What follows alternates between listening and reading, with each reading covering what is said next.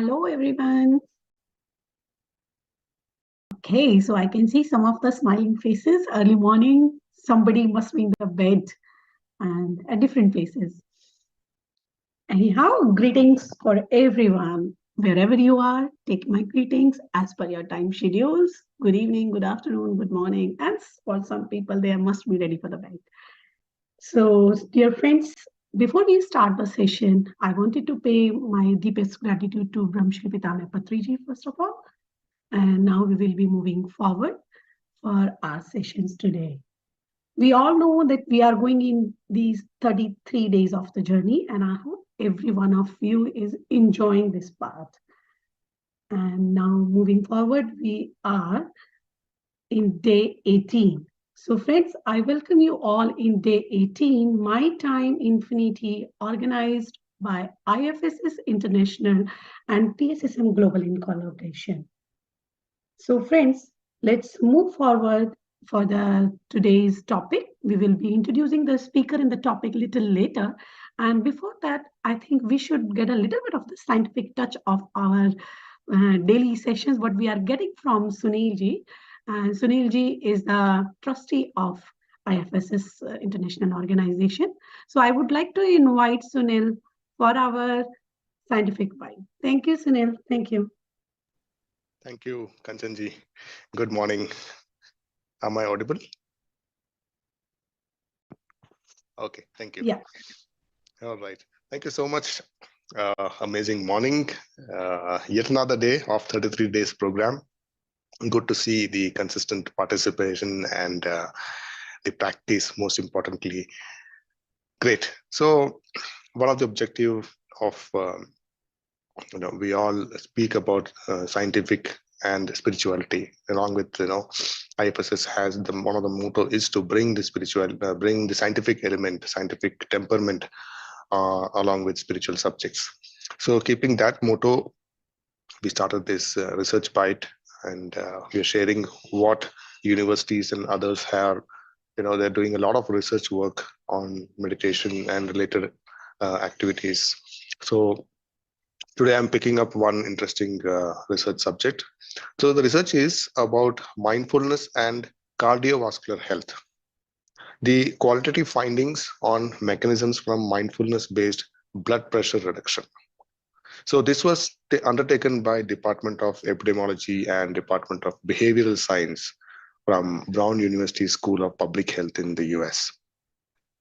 So this research looked into how mindfulness program, specifically the one called mindfulness-based blood pressure reduction, they call it internally as MBBP, and how this can help the cardiovascular health. So what they did was, the study followed the participants for a year to understand how practicing mindfulness could affect things like blood pressure, exercise habits, and diet. So the participants in the study noticed that there were three main benefits, that is increased self-awareness, better attention control, and improved emotional regulation. So let's just touch upon what they mean. When we talk about self-awareness, it's like people became more aware of their bodies and minds. This helped them recognize stress and make better choices for healthier food. Techniques like focusing on their breath and paying attention to body sensations were especially helpful. Coming to attention control, the participants learned to focus their attention on positive health behaviors. This means they could stick to healthy routines in a much better way. And emotional regulation. So mindfulness helped them manage their emotions, reducing stress, which is much needed for a good heart health. So the study showed that these mindfulness benefits align with other scientific data, confirming that the practicing of mindfulness meditation helps them lower the risk of heart disease by improving self-control and encouraging a healthier habit. So to summarize, by becoming more aware of their own bodies, controlling their attention, and managing their emotions, particularly, were able to make a better, healthier, lifestyle choices. That's very important. So this research points out to the powerful role of mindfulness in improving heart health and reducing the risk of cardiovascular diseases. It also shows that mindfulness, we perceive it as just a tool. It's not just a tool for relaxation. It's a practical tool for a better and healthier life. So that's the short research bite I want to share today. So Kanchanji, let's get into meditation. Yes, we are ready, Sunilji. You're Let's ready? dive into Okay. it. Yes, Thank yes, you. yes. Let's. Thank you. All right, friends. So we all know the procedure. By now, we know in and out of Ana-Pana-Sati meditation. Gather yourself, sit comfortably, be aware of your surroundings.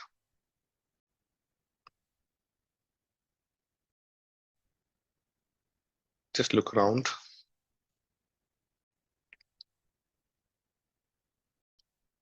Now be aware of the place you're sitting. Be aware of the sounds that you hear. That may be pleasant or unpleasant. That's absolutely okay. Be aware of the temperature. Just be aware. Don't get involved.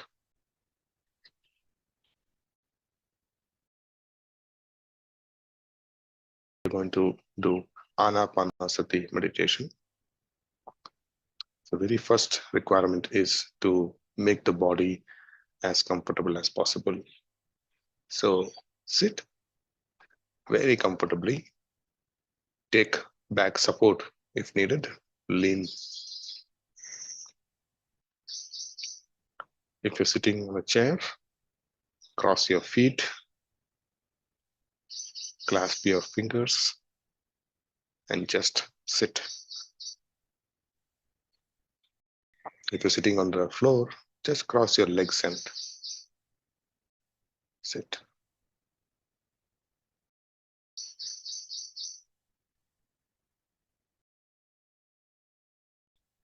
Now, slowly close your eyes.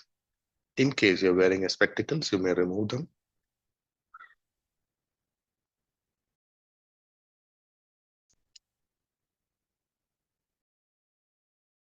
Bring your attention to your body. Let's just scan our body from head to toe. Sthira Sukhasana. The body should be completely at ease.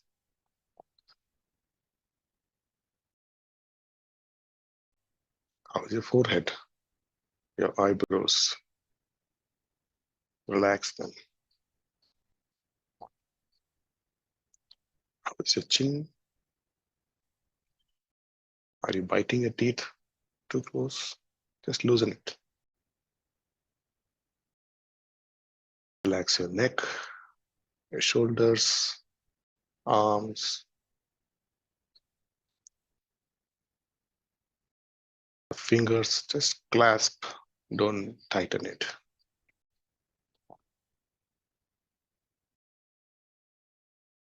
How is your upper back, your lower back, thigh muscles, calf muscles, and your ankle?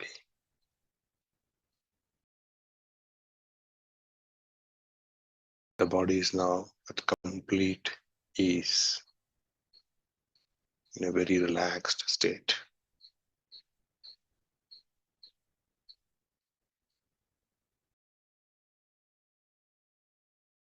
Now, bring your attention from your body to your breath.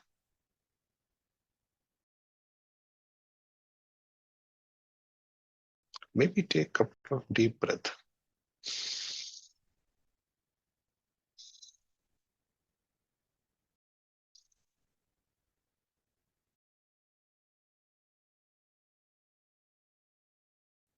Now, just pay attention to your natural breath.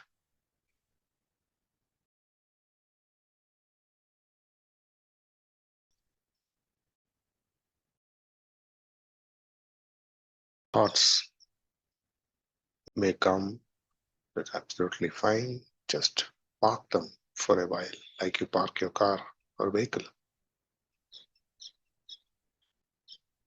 We can pick them later after this session. For now, it's just me and my breath. Just be with your natural ingoing and outgoing breath.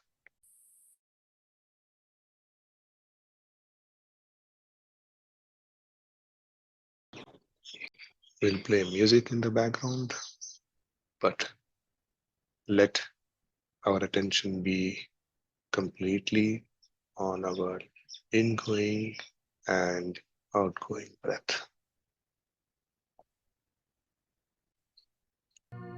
If thoughts come, just cut them and come back to your breath.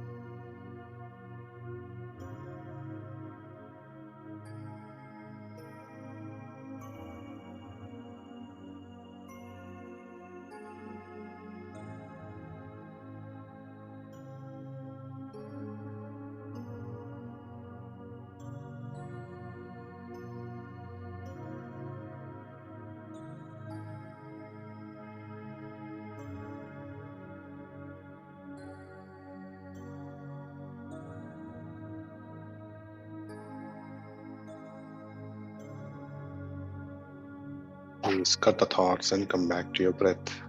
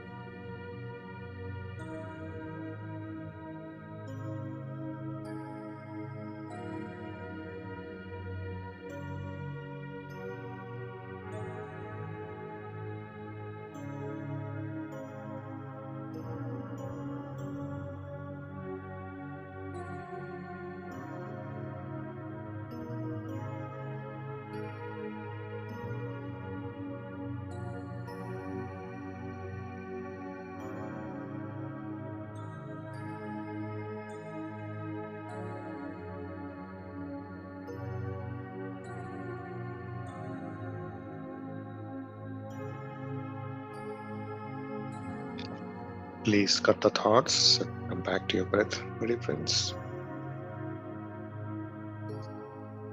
Be with your breath.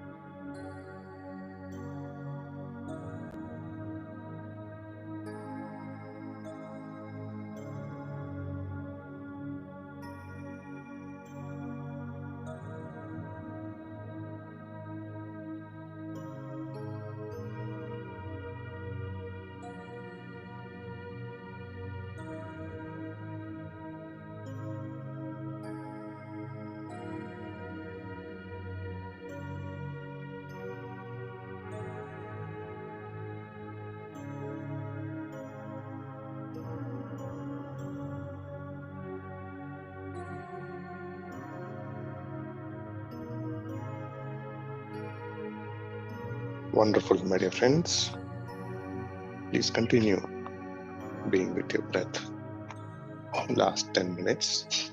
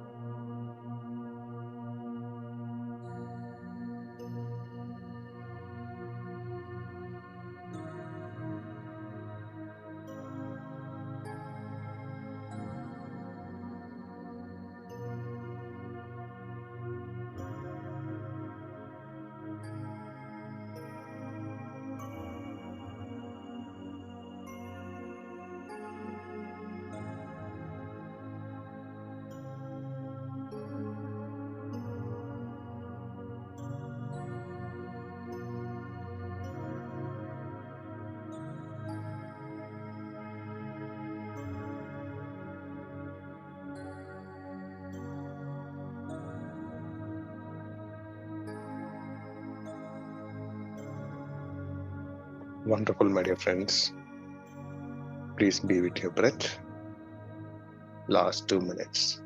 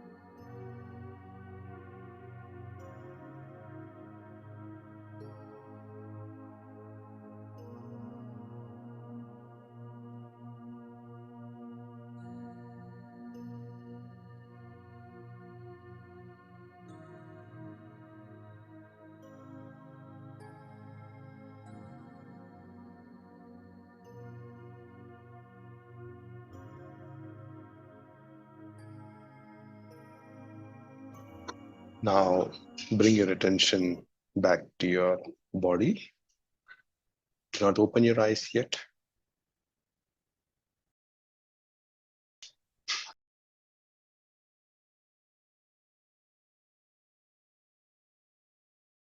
Feel the body.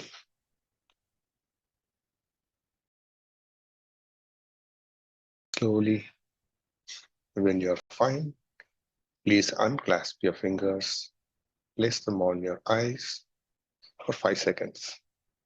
5, 4, 3, 2, 1.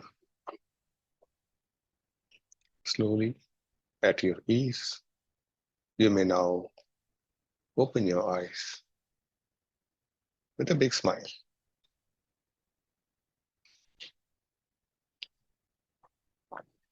Please take your time.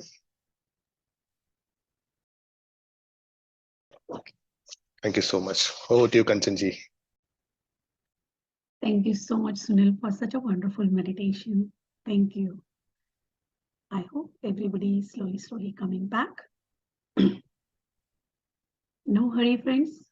Take your time, come back, please. And if possible, please put on your cameras. Okay. Friends, for the today's session, we have heard so many of times about the unexpected moments that always come in anybody's life. And in today's session, something we had seen today that because of some unexpected emergency reasons, our scheduled speaker, Dr. Dhiren Sareen, won't be able to join with us. But however, we have Mr. Suresh Kalburgi, sir, who is going to take us through a subject which is very close to this today's topic, which already been announced. And he's going to talk on food and fasting. So before I would like to welcome Suresh, sir, on this platform. I think some technical reason and Suresh sir had to drop off, maybe connection issues, Kanchanji. No Sir will worries. join. Yeah, sir will join soon. That's all good, friends. We all know about the food and fasting, yeah? So food is important. We live on the food. But again, we are hearing on fasting words. Our moms, particularly like the grandmom and all, they used to keep the fastings very often. But now in the modern life, we all are going with the dietitian, right? They are keeping us on the fastings as well. So the two parts, these all two are the integral part of our body, food and fasting. Food is important, we are living, and how the fasting is important, we need to know. So maybe in the chat session, let's make it a little bit interactive, how you feel the fasting help you in your daily life, or when you feel you want to do fast. Till our speaker is joining, let's hear on it. Any kind of fasting even, like I can say it's not only eating the food. If you had done any other type of fasting, let's mention it. Yeah, I have Okay. tried fasting. Oh, so which fasting is the food fasting? Is special occasion you had chosen for the fasting or just random reasons? I started with Ekadashi fasting. So Ekadashi day, we know there is a tradition of fasting on that particular day. So I did try with that, and then slowly I understood the science behind fasting. What are the advantages when we fast? And food was one area where we tend to become so we become greedy and just jump on it. So Yeah. we have seen closely about how food is affecting. Then food, we all know it gives energy, but then giving energy, we are spending energy to digest it. So yeah, then I started doing intermittent fasting. I tried different kind of fastings, and it was been a good experience. Oh, I don't see anything in the chat. Also, I think people would have yes. heard. Yeah. No problem. Even like I want to share my experience with the fasting. Like since my birth, I belong to a Jain family by birth. So in Jainism, the fasting is very important one. We do the fastings for the whole day when nobody is taking even the water part, as we were not consuming that time. And wanted to know more about the mom, why we are doing it. She used to give the lot many reasons at that moment, but now I can understand how it is important when you are particularly on the full moon days and these days when you wanted to be on the meditation, deep meditation. But yes, now let's hear from Sir. Now, Sir is back in the session. Thank you so much, Sunil, for coming and just making it a little more interactive for everyone. Good. Welcome, Suresh, sir. Welcome. And first Uh, of all, thank you so much, sir. You came just on a it was a last moment call for you, and on a very short notice, you joined with us. And thank you so much. So, friends, before we will start listening the wisdom from sir, let me introduce sir among all of us so that we can know what sir is doing and how we are going to connect with him. Suresh sir is a trainer of body, mind, soul concept and meditation. He is CEO and director of CDTI India Private Limited, a subsidiary of CTDI USA. In 1996, Suresh sir began his spiritual journey with a course in Siddha Samadhi Yoga. Since then, he has completed many self-learning courses on mind control and healing, including Silva mind control, quantum jumping, remote viewing, and Reiki second degree. He believes that meditation is a foundation of all mind control and healing techniques. After getting introduced to Pyramid Spiritual Society's movement and Ana-Pana-Sati Meditation in 2009, he is conducting many free meditation sessions at corporate offices and educational institutions. He has been doing volunteer services to PSSM and Pyramid Valley International since more than a decade.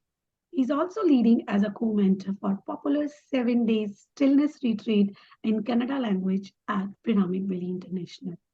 His vision for life is to introduce meditation to each and every person wherever he moves around the world and creates a wave of consciousness which in turn helps every being to be mindful, tread on the path of self-realization and be naturally happy, healthy and loving. He is also a trusty member of IFSS. So that's very less I can say about Suresh sir. But Suresh sir, thank you so much for being here. We welcome you on this platform. Thank you. Over to you, sir. Thank you, Kanchanji. Very happy morning and afternoon, evening to all the masters who have joined from across the globe. So it's again a wonderful session and great to see you all again, friends. And with a small glitch and change in the approach there. So I hope you will definitely take something good out of this session today. So friends, today we'll be talking all about the food and fasting, right? So the effort here is to demystify you from all the dogmas or the belief system that you all would be having, actually. So for this session to be more effective, I would request the host also to enable all the masters to unmute on their own as well as be participative, and request wherever it is possible for you to switch on the camera so that we can see you all, and then we can be more participative and you will get the best out of this session. And so I request you all to switch on the camera wherever you are comfortable to participate, and also you can unmute on the move, right? So there's no need to raise the hand. So request yes. Okay, thank you, Balaji. Yeah, so I'll be sharing a bit of a presentation on this so that you all are able to follow, and we can move faster on this whole thing. So as I mentioned to you, this is to break the myth of food, right? So we are not going to talk too much about the medical jargons and terminologies and a lot of nutritional things. So I'll not really get too deep into it. So we are all in a spiritual journey, right? So we are all in part of the spiritual mechanism, and we ourselves are energy bodies and energy beings. We are not bodies and minds, right? So we will the basis of this whole program is going to be on that concept. So friends, are you able to see my screen? Right? Okay. So what we are going to cover today is we'll be understanding all about food, and then understanding about the energy system and what is the breatharianism and alternate food and then way of living, and then living legends of the who are there, and what is fasting, starving, and balanced living, right? So I'll try to be a quick in my talking. In case you have any questions, you can just unmute, or maybe just raise your hands, and then you can start talking. Okay. So, friends, as I mentioned to you all, I wanted to be a bit more participative. So, what is food? So, I just wanted someone to pick up this question and answer. What do you mean by food? What is food for you? Anyone, quickly?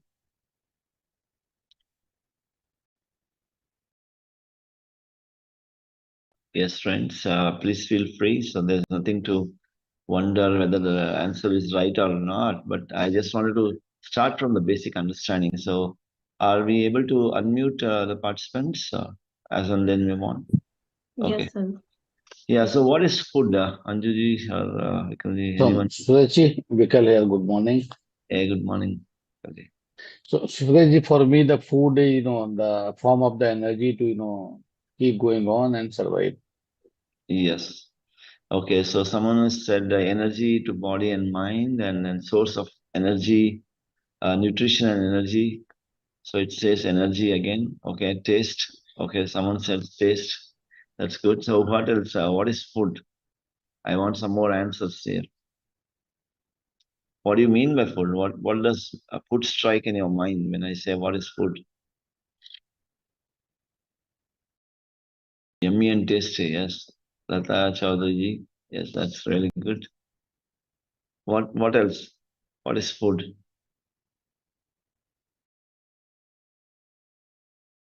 Some more answers.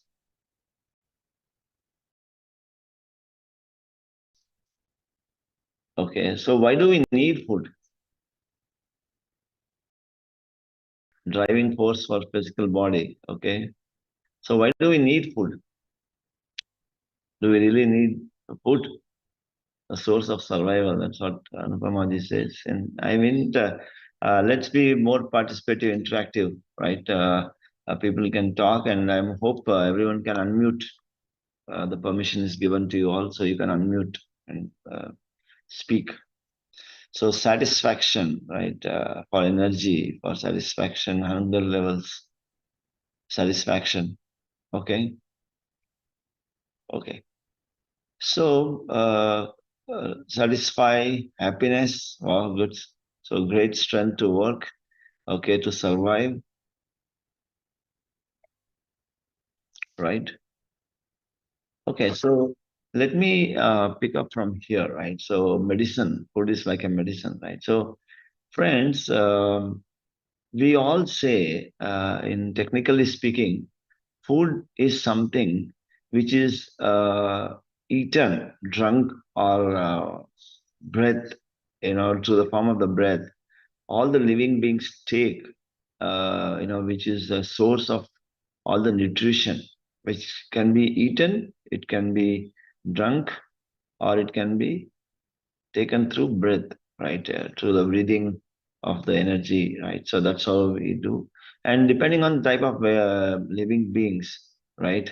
There are various ways to take the energy, right? Or take the nutrition or the nourishment that people are looking for, or the living beings are looking, right?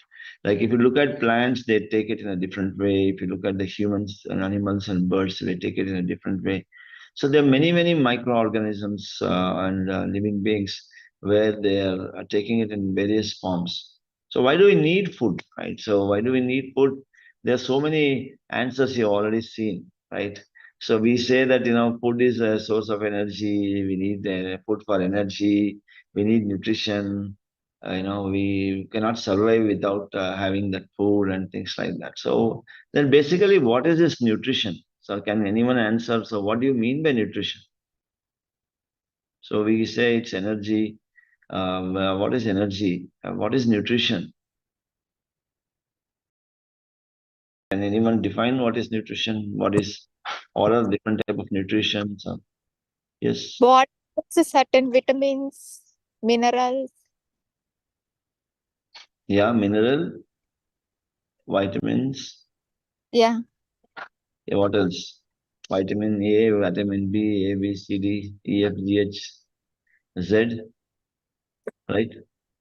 Yeah. So So there fiber, there is sugar, there is iron content, or that yeah, you're saying something, sorry. Protein, yes.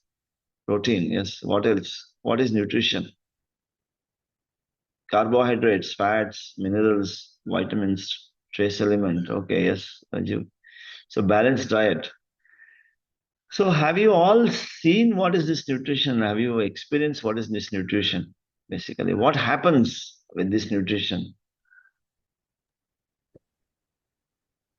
yeah, if we won't take iron, some pains we'll get, right? You will get problem. Yeah, body needs nutrition, otherwise it will damage. Okay, okay. So, friends, ultimately we say, most of us, they agree that, it is for the sake of energy, we cannot survive and things like that. Okay, and the food is source of all the nutrition.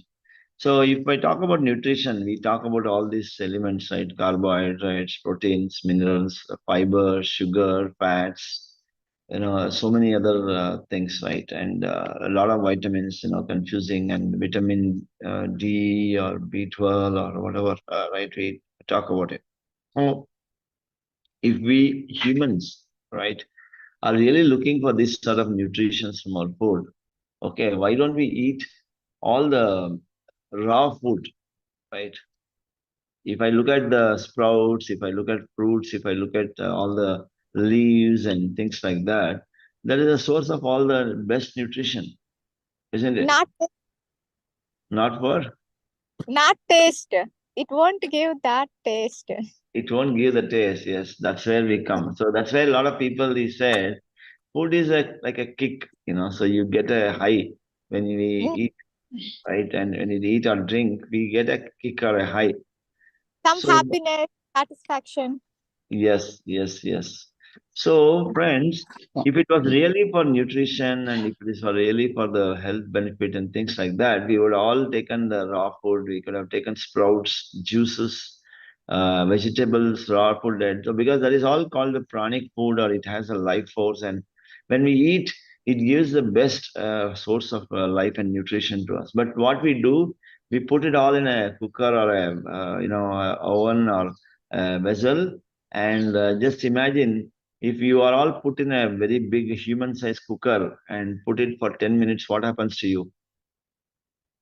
What happens to us? If I'm all put into a very human-sized cooker and boiled for 10 minutes, what happens to me? Right? So it's all gone, right? We are dead. So what we are doing is all just, it is just a myth that yes, we are getting, all the nutrition and food and things like that. It is more emotional. It is just to satisfy the taste and emotions and things like that. So when you map yourself to, like say, aloo paratha, okay, the moment you smell the fragrance of aloo paratha comes, then your salivation starts, and then your acidity in the body will start generating, and then you are waiting. The tawa is on. Come on, give me. I am ready to digest and quench your emotions now. The moment you smell bisibele baat or wangi baat or masal dosa or puri bhaji and whatever, right? You may rasgulla, rasmalai, everything, right? So whatever it is. So the moment you map yourself, then yes, the the mouth starts salivating, and then the stomach starts preparing. Yes, my master is going to put some fuel inside me now. So that's all the fuel. It's whatever we eat is more like the calories, like petrol and diesel, right? So you're just taking more calories. It's nothing to do with the life force there. The moment we boil and cook it, right? So whether we need it or not, that's a different thing, but it's all about the kick, right? Food is the most dangerous, or I would say the most hypnotic addiction that all the human beings have from the time they are born till the death, right? The society says, Arey beta, if you don't eat the food, then you will become very lean, you will become very thin, you will become skinny, you will become bony, right? And you have to eat, you should look, plumpy, you should be a bit more, heavy, or like you should feel like the body is filled, actually.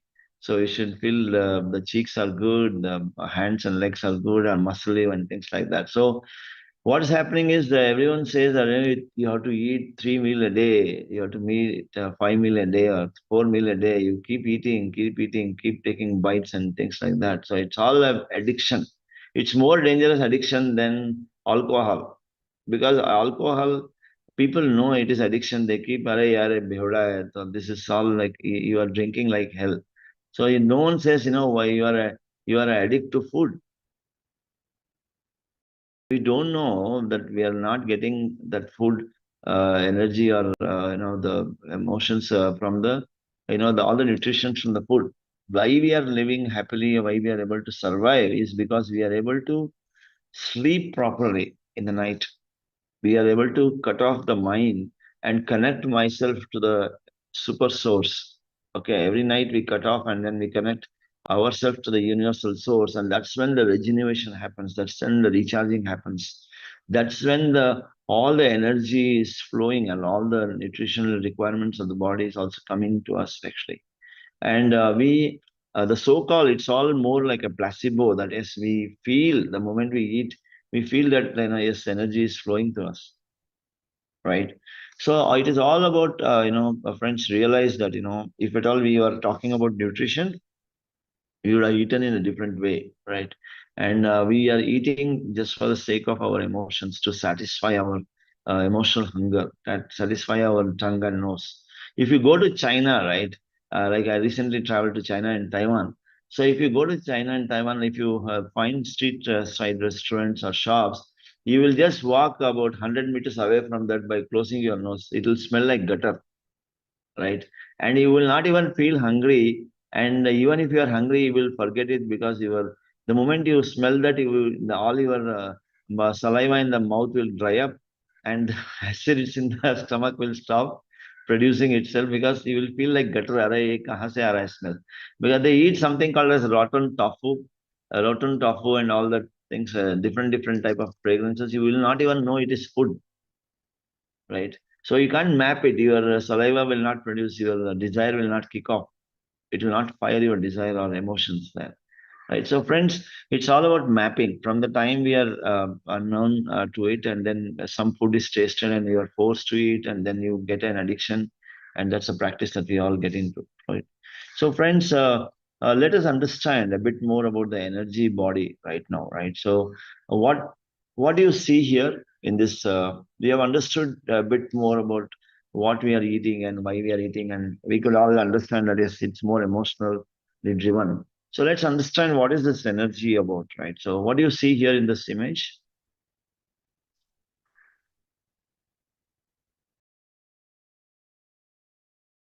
Can you see something here? What do you see here? I hope we can request everyone to unmute as you want to be participative. So yes. We can see the solar system, sir, like all the planets. Yes. So friends, we would all studied in our childhood days, right? And school days. What do we see here is the solar system, right? Who is the center of the solar system? Like what is the who is the controller of the solar system? What is the core of the solar system? Sun. Sun, right? So sun is the core of this solar system. Wow, good.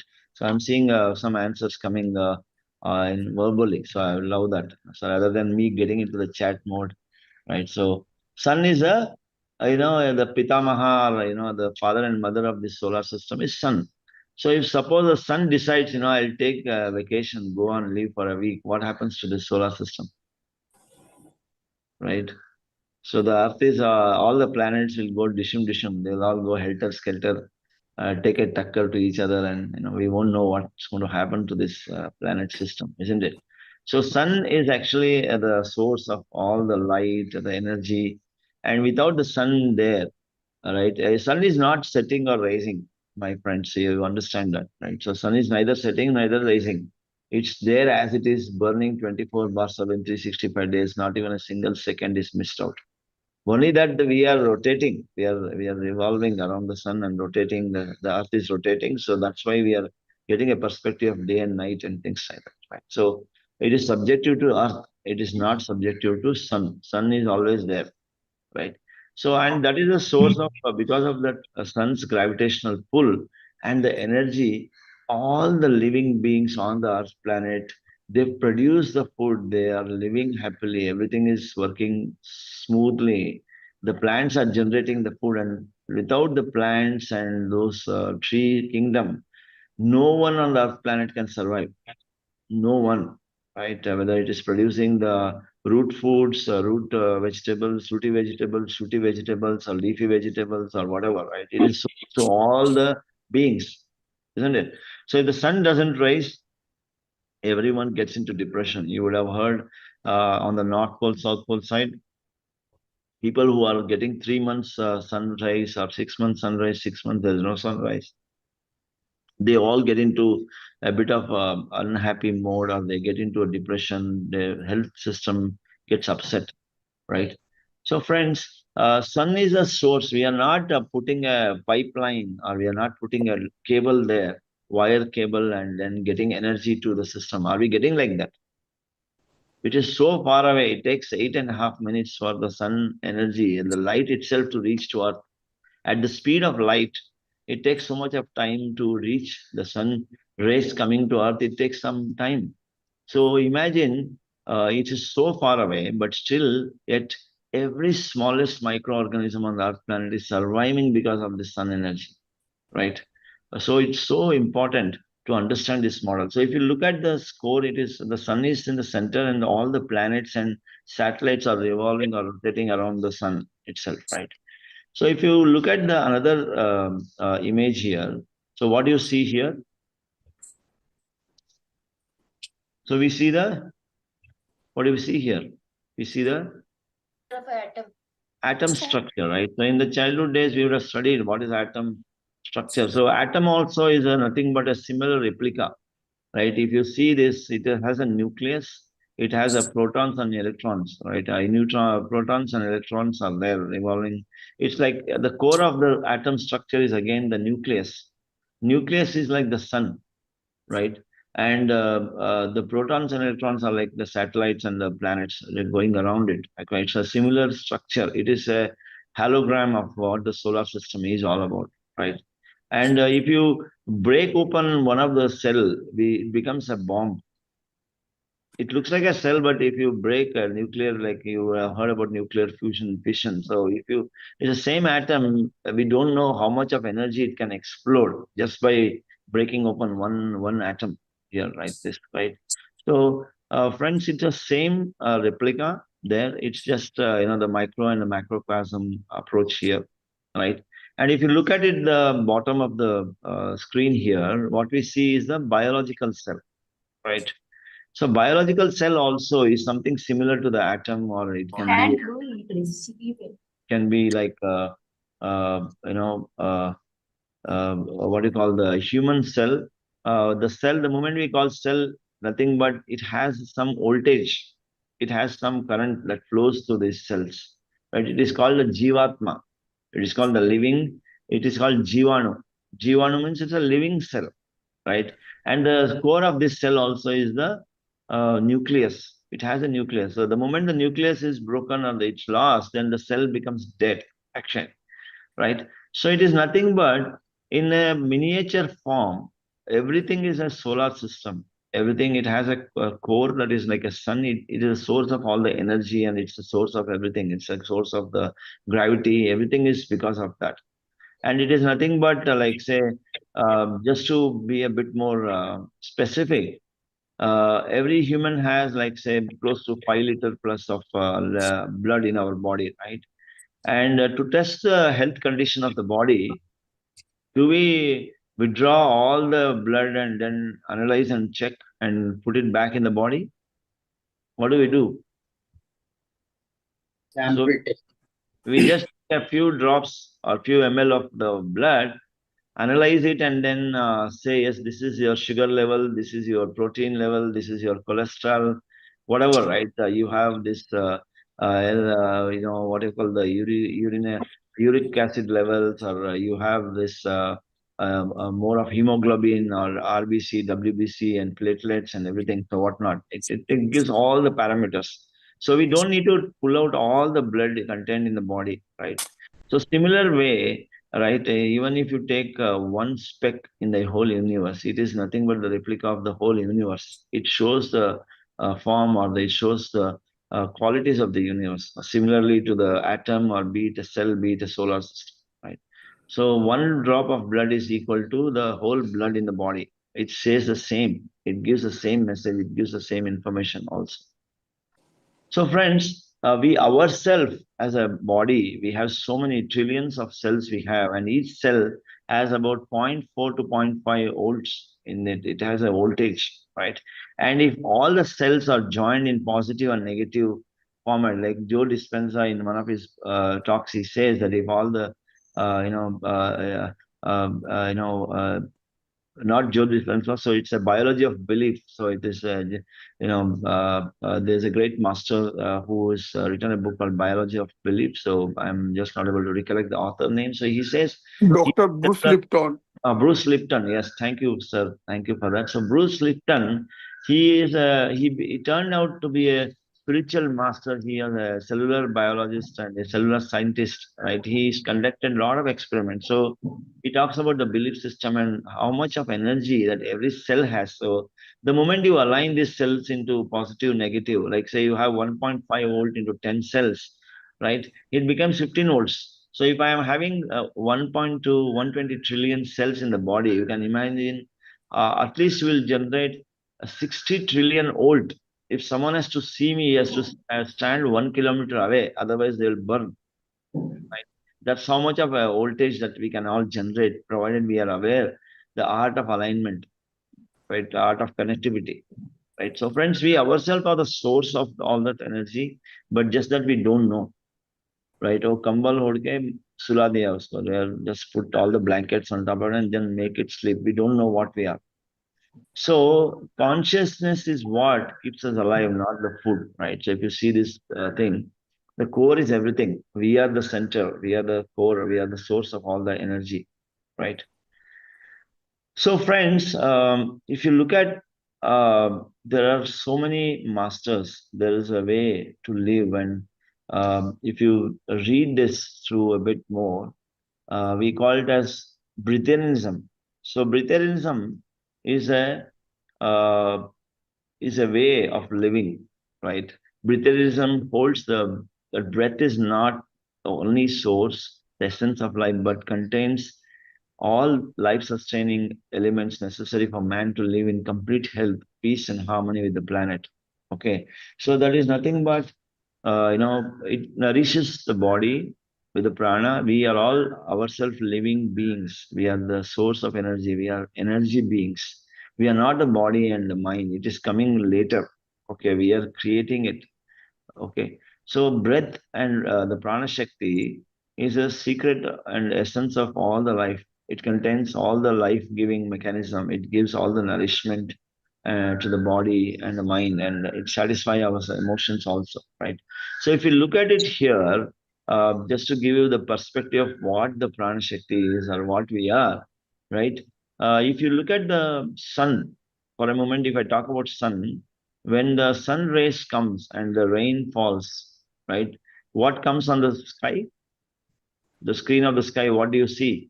When the rain falls and there's a sun rays, right? And there's a rain. Okay, what comes on the screen of a sky? Rainbow. Rainbow. So you rainbow, what are the various colors of rainbow? So they are all the All the chakra colors. Chakra all the colors. colors, right?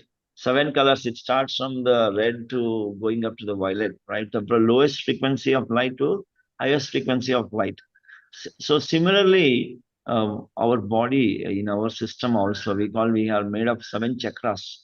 And the chakras is nothing but a conjunction of the etheric body and the physical body, the energy body and the physical body. It's a conjunction of the both. It's called chakra. It starts from Muladhara to Sahasrara, from our bottom of the spinal cord, the tip of the tailbone to the tip of your skull, so that is your head, right? That is called Sahasrara.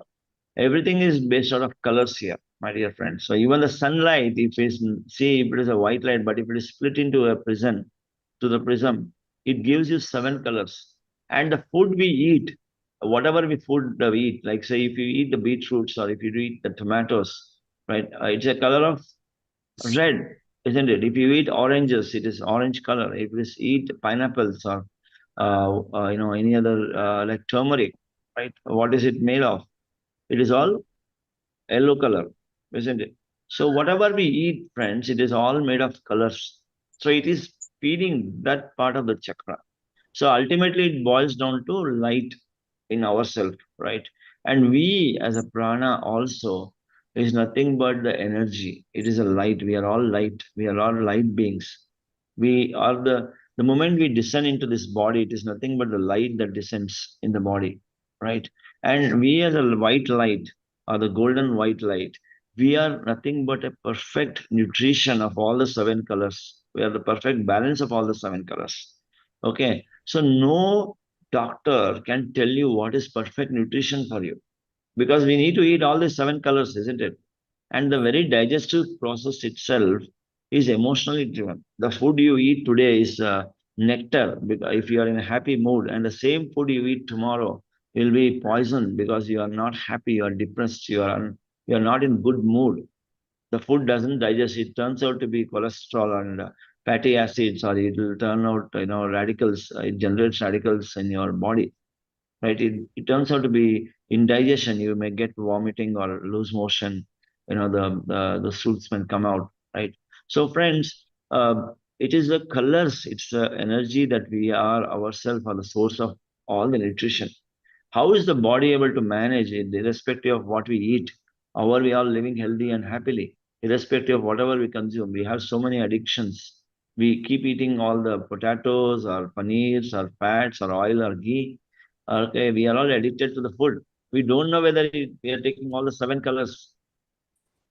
It is because we ourselves are the prana, we ourselves are the Shakti. That is why we are able to live happily, live healthily, live energetically. So prana, Breatharianism says we ourselves are the source. The prana Shakti is the source of all the nutritions that we need. Okay, so it is the best source of nutrition to set ourselves. Okay. Yeah. So can someone mute? Okay. Yeah, friends. If I talk about Breatharianism, right? So prana contains all the elements that a creation needs to be manifested. Our body is a manifestation of the prana Shakti. In terms of the nutritional value, it has them all. But I would like to clarify that in the pranic state, the vitamins, proteins, and all of that are irrelevant. They don't exist. So as I told you, everything boils down to energy. Everything boils down to light and colors. Okay, then the so-called vitamins and proteins and minerals and fibers, they simply don't exist. It is only an intermediary things that the scientific terminologies are generated, right? And all the medical jargons and terms are created to confuse us. It's an illusion created for marketing to make a business with the idea for food and the illusion of separation. Okay. So 20th century society has created the idea that you're separated from the energy. So you need to receive energy to survive, create a whole big list of needs and requirements to be in standard energy. That means to say you have to be a balance. You need a whole laundry list of all the things that you have to consume. Oh, it has to be organic, or it has to be fiber, it has to be high. You have a shortfall of carbohydrates, you have sodium deficiency, salt deficiency, all these things. Also, we don't know that we as a source can channelize or catalyze from anything to anything. Its energy can be transformed from one form of light to another form of light. Like earlier, we used to burn a lot of fossil fuel for or wood to heat water and to cook. But now today we have solar. So we know it's only a matter of knowledge.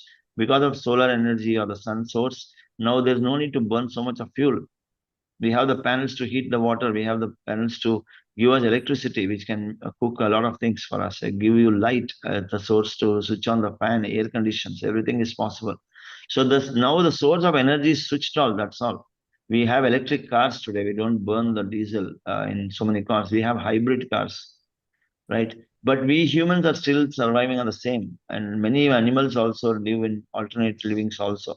So Camilla is a breatharian, right? She says that, we are separated.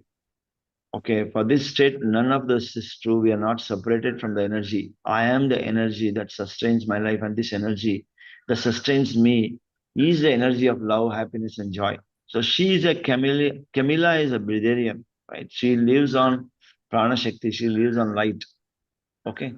So let me switch over quickly to some of the living legends who have been going all across the world, right? So he's no more in the physical form now. A couple of years ago, he vacated the body. His name is called Hiraratan Manik, what you see in this screen, friends. He started teaching something called a sun gazing, right? And he discovered this from ancient texts and a lot of yogic practices. And he wanted to find and get to the root of this. And starting from 10 seconds a day, he started gazing the sun. Okay, what is the method of gazing the sun? Is 1 hour from the time of sunrise or 1 hour before the beginning of the sunset, you can gaze the sun safely, right? With bare eyes, standing on a barefoot on a mud or a dirt or a ground, a playground where they find mud. You can stand and you can start gazing the sun at 10 seconds per day, incrementing with 10 seconds every day. But it is safe to see during this 1 hour slot, right? You start gazing the sun. So what he says that when you start gazing the sun, our cell, the so-called the cellular or the jivanu, will start converting itself into a solar being, a solar charged cell.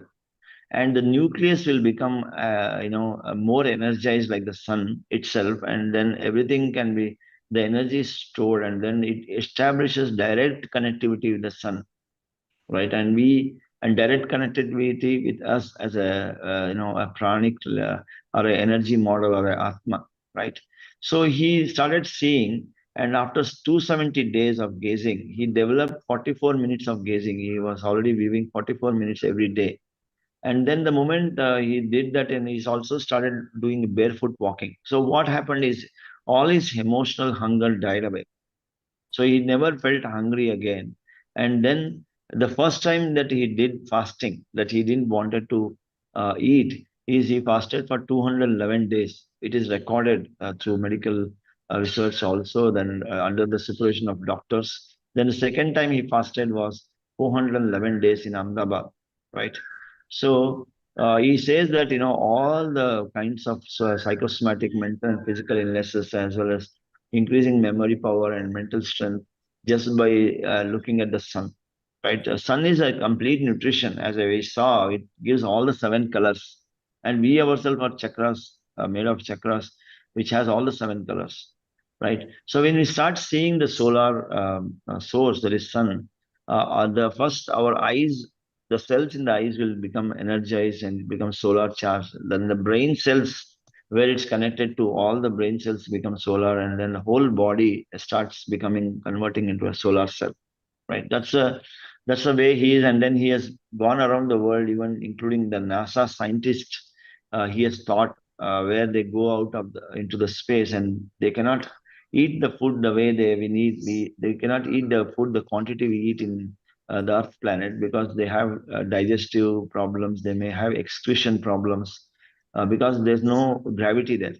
So they taught for so many scientists to how to live mostly without food, right? So this is one of the masters. Then what you see, the Akahi and Camila, right? So they are the light, living on light couple. They teach something called as a 8D process, 8-day process, where they will lead you through a series of fasting techniques, breathing techniques, and meditation techniques, where at the end of the 8-day program, you will be relieved from all the emotional hunger. You will tap into your own source, your own energy system, right? So, masters and friends, this lady gave birth to the child, what you see in this picture. And throughout the pregnancy time, she would have eaten hardly 3 meals. Can you imagine? And her hemoglobin level was the best, energy levels were the best. And they teach this technique all across the globe. You can find them on ricardoakai.com, or you can just search for Akahi and Camila. You can find a lot of interviews and knowledge about how they yeah. So friends, this is all what they speak all about, Akahi and Camila. And this is a lady whom I have met personally also. She is from Australia, Jasmuhin. Okay, she teaches something called as pranic way of living on prana. And she teaches something called as cellular meditation. Okay, she says, okay, my dear friends, come, we'll have a cosmic breakfast. So it will make you close your eyes and then talk to all the cells and yourself, and then recharge yourself, and then get the tap into the energy, the purest form of pranic energy, and say, okay, the breakfast is over already, right? So this is how she has been living ever since 93, right? So she is only about what you call uh, uh, only about 60 years when I met her way back in 2009 and 10, right? And now she would have been more than that, and she's still living happily and going across the world, teaching on pranic living and cellular meditation, and tapping in. And moreover, wherever there is a nutritional deficiency in the countries on the third world, she teaches how you don't have to suffer just because you don't get you so-called the myth that you get energy and nutrition from the food, the physical food. You don't have to worry. You meditate on yourself. You meditate on the cells. You meditate on the prana. Then you are again getting all the nutrition that you want. So, friends, this is all about the living legends, okay? And they all have lived. So, giving a bit of my experience with these masters. So, I practiced sun gazing for a long time. I could see that my emotional hunger getting quenched, and I don't need to eat 3 meal a day or 4 meal a day. I've been practicing it like I used to. When I saw this video of what you call Akahi and Camila, when I was in Taiwan, like 2010, I was transitioning from US to Taiwan and then back in India. So it was like the 31st of December 2009. I saw this video and suddenly I wanted to be a Breatharian. I stopped eating. And then I saw about Akaya, this Hiranathan Manik, and started sun gazing and things like that. So I used to practice like 2 to 3 meal a week, not to 2 to 3 meal a day, right? I lived like that for about a year, and then for many years I lived on 1 meal a day, and then now I'm 2 meal a day for a very long time. I'll talk a bit more about it, but all this is just an experiment on myself, and I speak out of my experience also, right? So we'll talk a bit about then coming back to normalcy. Like say, we saw what is a energy model. We saw that we eat for emotions. We saw how they are really living legends who are living on prana. They are surviving, and they are all living happily on light, right? Then they are not eating at all. They are just Sir, for the I have a yeah, madam. sir, I have a query. Is it right if I ask, or should I talk towards the end? Like, Yeah, maybe we'll open up just in the interest of time. So okay, I'll open up for Q&A once we uh, get to the end of it. But sure, I'll just cover a couple of more points here, right? sure, sir. So friends, we saw at one side, we saw the, what do you call, the pranic Shakti, the energy model, the sun, the solar system. We saw many legends that were living in extreme. So we as a human, right? So we don't have to go to the extreme left or extreme right. It is a middle path. Okay, Madhyama Marga is what we have to follow. We neither think that we are surviving just because of eating, or that we are not abstaining from the food completely at all. So that's when we have to live a balanced life. Okay, then let's understand what happens to us actually. So, what is fasting? Can anyone answer what is fasting? Fasting is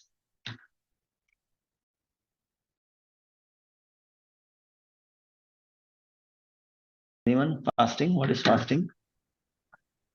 Giving rest to organs. Giving rest to the Organ. organ. Okay. Yeah. Inside. Yeah. Fasting is anyone else fasting? Giving rest to digestive organs. So what else? What is fasting? Upavas. What do you mean by upavas? Clean up the body. Clean up. Cleansing the body. Okay. So what is the process of fasting? Fasting Not means eating. Not eating. not eating, right? So we are Give not. rest to the body. Yes. So fasting means we are not taking physical food, right? We are not eating anything through the mouth or drinking anything from the mouth. So it's like fasting is giving rest to the body. Yes, I agree. No consumption of food or less consumption of food. Yes, that's right. So, what do you mean by what is called the starving? What is starving? You know what is starving? No food. Too No. much. You're feeling weak or Hungry. lack of energy, right? Or what happens? Like say, has anyone done fasting here? 48 hours, 24 hours. Has anyone done fasting? Who does fasting regularly? Anyone in this group? Not regularly, but earlier I used to do Suresh. Okay, so how many hours? During Navratra. During Navratra for 9 days, I used to do fasting, morning to evening. Okay. But in the evening, we used to eat, a lot of, things. Okay. So anyone who has done 24 hours, 48 hours? Every Ekadasi, 24 hours, Yeah. I used to do fasting, sir. So you've done 24 hours fasting. Okay. Every Ekadasi. Every? Ekadasi. Every Ekadasi. So, Every so Ekadasi. how do you feel? How do you feel? I'm habituated to that. So my mind was fixed. So Ekadasi you don't This eat is food, right? Ekadasi. 24 hours you don't eat food, right? Okay. On 6 Ekadasi. to 6. 6 to Okay. 6. 6 a.m. to 6 6 a.m. a.m. to next day 6. 6 a.m. Okay. Okay. So Then I will eat. if you want to cook food on that day, will you cook? Yeah. I So if cook and anyone, I serve and I cook. so if anyone wants to give you food and offer and force you, will you eat? In my circle, everyone know I will be. But I won't eat. someone tells you, Baba, Rajeshwari, madam, you eat. Okay. I'll give No. you all the different, very rich and delicious food and give you a plate. Will you eat? No. Even prasada also, I You reject don't feel it. and I tell smoothly. Wonderful. So how do you feel, madam, on that day? And that Energetic. day, this Energetic. is the day no food. I feel. So you feel That light, you feel yeah, good. fixed in my mind. So you feel good or you feel weak? Very good. Very Whenever in any case, any marriage function or anything, if I am forced to take any food, close circle of marriage or in my house functions, anything maybe happened in Ekadasi, a little bit I ate some food on that day. I'm not, it is not giving any much trouble to my body, but mentally So, I am not satisfied. Okay. suppose Ekadasi is over, right? It may be you or anyone else also can answer, right? Suppose some other day, right? It's not Ekadasi, and whole day no one will allow you to eat food. What happens? Sometimes if we go on pilgrimage No, and someone will deliberately, no one will give you food at all. What happens to you? sometimes in my office hours, when I was in work, I fully attend to that work and I forget about the food also. Sometimes Allah. No, you want to Maybe. have food. Suppose now you have got used to the fasting, right? So suppose anyone else would like to answer or understand. If you want to eat food, like Rajeshwari madam does fasting consciously, anyone forces she doesn't want to eat, she feels very good. And suppose she is a normal lady, next day a lot of guests comes and she has to cook food, right? Rajeshwari madam wants to cook food, and whole day she is cooking and nothing is left for her. She wants to eat food. So what happens then? Then it You'll is feel dissatisfaction, sir. yes. So you will feel dissatisfaction. You may feel low on energy, weak, because you have a desire to eat now. Not Happy. Yeah, you feel unhappy. You feel angry. अरे मुझे खाना ही नहीं बचा, कोई पूछता नहीं है मुझे, right? Isn't it? So then Tasuma will say, अरे whole day you have not eaten. Okay, next day early morning 6 a.m. she will come and tell you, अरे बेटा खिचड़ी बनाया ले लो. But next day 6 a.m. the Ekadasi starts. So what Then happens? also. Then you say, Mama, don't worry. Yesterday I was unhappy or angry because no one asked me to eat food. Today I am on Ekadasi fasting, so I don't want to eat. Right? The previous day it was fasting, starving. Next day it is fasting. So both are empty states, right? Both are empty states. Both are empty stomach. But the problem is that both are 360-degree apart. When you fast, you become energetic. You will detox. You will become more healthy. When you starve, you will die. You understand? So when you want to eat food, okay, it's just a mindset. Either the switch is on, you get a lot of energy by doing fasting, 5-day fasting, 6-day. I've met a lot of masters who have done 21 days fasting, just limbu pani. That's all, right? And the moment they say that, at the end of 21 days, they feel like they are literally birds flying in air. They feel very light, very happy. And you can feel the vibrations at the cellular level. They can feel even the breath without closing eyes. They can feel meditative, right? But when you want to eat food and you don't eat, then you are starving. Then you will become weak. All your nutrition goes down. Your energies goes down. You will collapse. The acidity will shoot up. Gastric ulcer, everything will start. So to all the female masters here, particularly who cook and feed the families, whenever they don't get into the myth saying that, people say, Are Baba, you should eat on time. Are Baba, you should eat healthy. Otherwise, you will get all this ulcer, peptic ulcer, gastric, everything, acidity, everything, you will get it. All this is, just a worm in your head. There's nothing like that. Food and fasting, right? It's very, very easy to manage. Whenever you are unable to eat on time, whenever you cannot eat, then you say, I'm fasting. So the body is called the slave of the mind. Okay, it will say, Baba, okay, I will not switch on the tawa. I will switch off the stove. Okay, so it will not burn your stomach. It will not burn your right. So this is how it is, friends. The food and the fasting and starving is just a switch in the mind. When you want to fast, you will become energetic. When you want to eat and you don't eat, then you will starve and you will die. So that's a switch Whenever you cannot eat, you just say fasting. That's all. So fasting gives you improved energy, increased willpower, it gives detox, physical and mental happiness and spiritual gain, right? So there are a lot of things that happens to fasting. So friends, this session was mainly to help you to understand what is the myth of food, and then don't get too much into the nutritional value, the fibers, vitamins, and so meditate every day and realize that you are the source of all the energy, and the biggest source, the sun, is always available for you, right?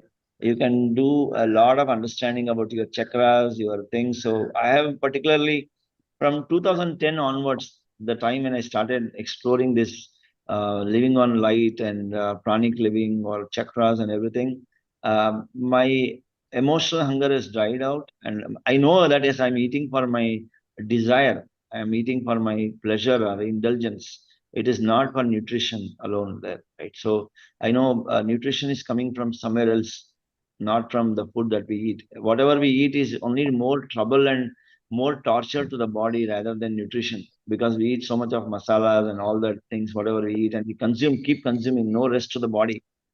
We want our body to rest in the night and we have a heavy dinner and sleep, then the whole body has to work to do all that, do this and this. It has to excrete and give urine out of it in the morning, right? So what I'm saying is, you let us all understand, just to sum up, we are the source of all the energy.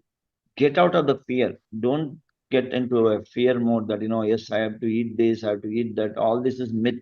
It is more worms that you are adding into your brain and head.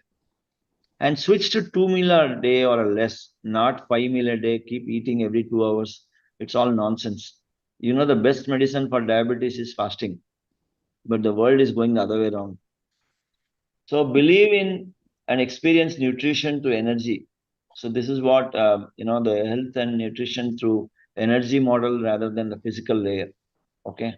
So this is, food is more to do with enjoyment, not anything else. We are all addicted, which we don't know. It's a mass hypnotic trance everyone is into. From the time of birth till death, everyone is hypnotized that we have to eat to survive. So that is the biggest hypnotic trance. Socializing and food is more for socializing and enjoyment, not for nutritional things. We don't get the nutrition that we are expecting. So choose between physical food and energy food. Hybrid living is the best way. Like we get hybrid cars today, we have electric cars. We all can switch fasting and switching. Like Gandhiji used to do fasting every week. Every Monday he used to fast, and he used to go on satyagraha for so many days. So nutrition is a myth. Create your own nutrition to your own body system, mental system, emotional system. So fast a bit, do not starve. Whenever you are unable to eat food on time, you just say your body that I am fasting, Baba, don't make halla gula. Okay, then it will become like as good as cool as if you have eaten ice cream, your stomach will cool down. Right? So that's all I had, friends, to say today, and food and fasting. And I hope you may all have a lot of questions to ask her. Sir, I have a question. Lot of I've come again. Sir, contradictory things I would have spoken. Yes, ma'am. Anjuji. Yeah, now I may want to moderate sir, of hands so that yes, we sir. can ask. Yes, ma'am.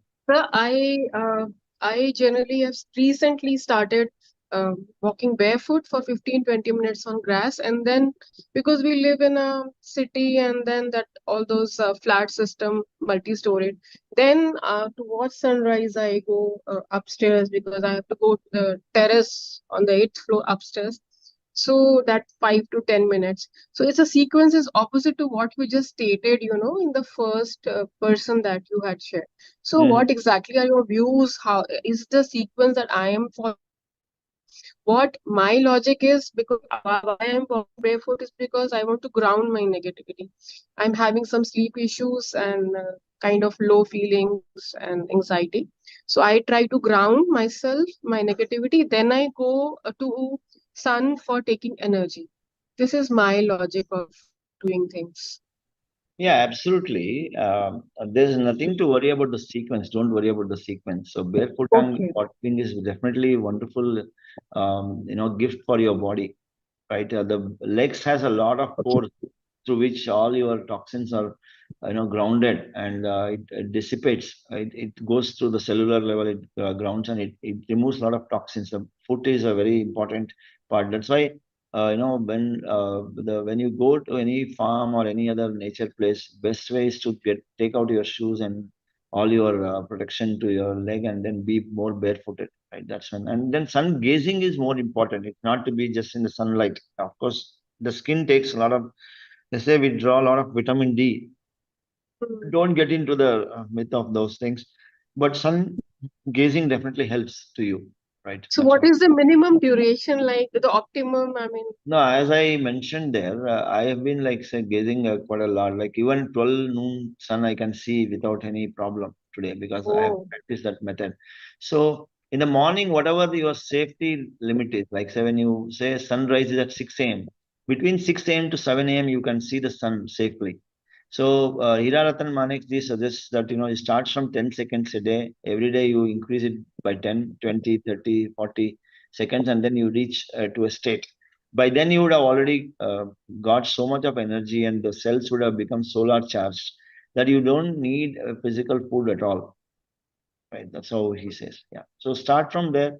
Barefoot walking is again good, so keep on combination, so keep experimenting, be a scientist, don't get caught up into the dogmas. Yes. Thank you, ma'am. thank you. Thank you so much, Anjuji, for asking this question, and thank you, Suresh sir, for this wonderful sharing. Yeah, I think we may have some more questions. Yes, sir. Sir, we have a lot much in the chat as well. So we will be going with Lata Chaudhary now. Yeah. Lata ji. Thank you for wonderful class, sir. It's like unbelievable facts to me and completely U-turn. Yes. And my question is old, in yugas, like earlier, previous, also we have this eating habit, right? Even enlightened masters like Buddha, Brahmarshi, everything, everyone is habituated to take food, right? This is not new one in this century. This is yugas also everybody is taking the food. Yeah, ma'am. What is your question? So question is like why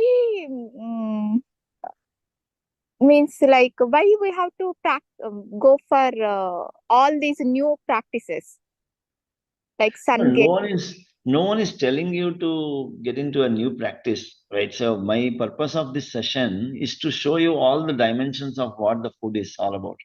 Like there are yogis who have done yoga, the meditation for years and years without having any food, right? There is yogis who have shown you that you are the source. There's yogis who have said that sun is the source, and there are many masters who have not eaten and living also. So there is another way also, right? So what I'm saying is, for a modern human being, we don't have to get caught into all these dogmas of all the jargons of the medical world. So when you are, we should realize that you are eating mainly for your enjoyment, your emotional needs, and the physical need. You are yourself the source. The moment you are born in this body, you are the source of everything. You are the Atma. So it's an extremities of seeing. So finally, we say that you live the middle path. We say 1 meal a day is a yogi, 2 meal a day is a bhogi, 3 meal a day is a rogi. So you decide what path you want to follow, right? I have seen all the methods. Like I used to be like 90 kilos, and I dropped down to 62 within no time. 300 grams a day I dropped. I used to eat 3 meal a day a week or 2 meal a week. Then for 8 years, I practiced 1 meal a day. Now I'm 2 meal a day for long. So I know whenever I travel overseas, I'm a strict vegan and vegetarian. So there's no need for me to go and look for search for food. I say I'm fasting. That's it. Whenever there's an opportunity, I pick up some bite of fruits. Right. So Okay. what I'm saying is, I want to demystify the concept of food here, right, to this session. That's the only purpose. So don't get So, into the weakness. Like I just compared the food and fasting and starving. Fasting gives you energy, starving kills you. You understand? So this is required for humanity today. Right, Okay. right. Thank And you. another Yeah. question is like, is there any relation if you don't take, means if you are on sun something, not eating food will get enlightenment easily, enlightenment like Yes. master.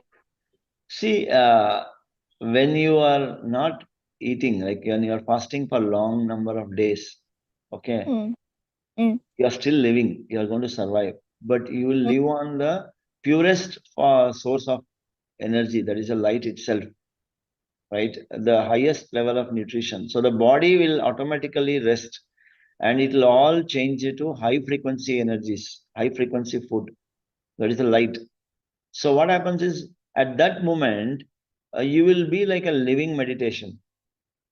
You can even sense the cellular movement, the blood movements, the breathing. You will be in complete awareness. If you go and talk to any person who have fasted for 21 days, then they'll say, "Arey yaar, I can even feel every breath. I feel the whole body is vibrating. I can feel the sensation of the whole body vibrating. The cells are vibrating. They can even feel that one cell is born, one cell is dying. So they can feel all that. So it is like living enlightenment. Yes, you are right that fasting, the more we fast and the more we practice this methods, you will like living meditation can be experienced without closing the eyes. Awareness.